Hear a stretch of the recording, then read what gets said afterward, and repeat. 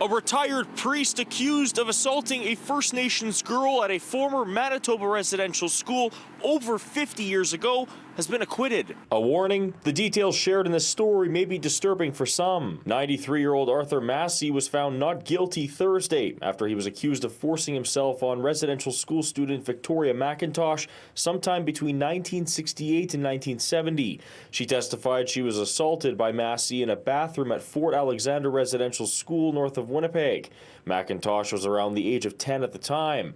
McIntosh and Masse were the only witnesses to testify during the two-day judge-alone trial earlier this month. McIntosh told the court she was in the school bathroom when Masse entered. She testified that he held her against the wall with his forearm and used the other hand to fondle her above her clothing. Before she was able to get away, she told court that Masse kissed her on her face.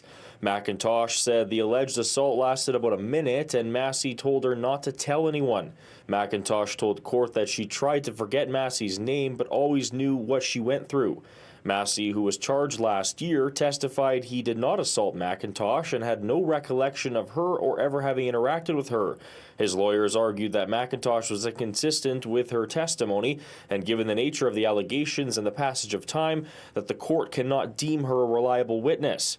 In court Thursday, Manitoba Court of King's Bench Justice Candice Graman says she believes McIntosh was assaulted, but wasn't convinced beyond a reasonable doubt that Masse was the one who did it, citing the identification of the accused was not reliable. This led to her decision to acquit Masse. Both McIntosh and Masse didn't speak to reporters and left the courthouse shortly after the ruling.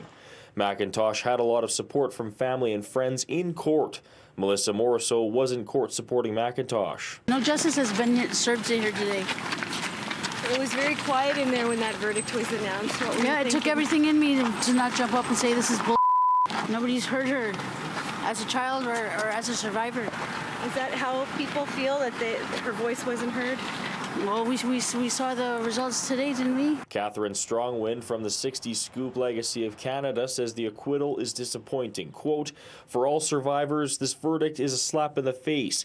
It's another indication that survivors are not believed and a step back for reconciliation.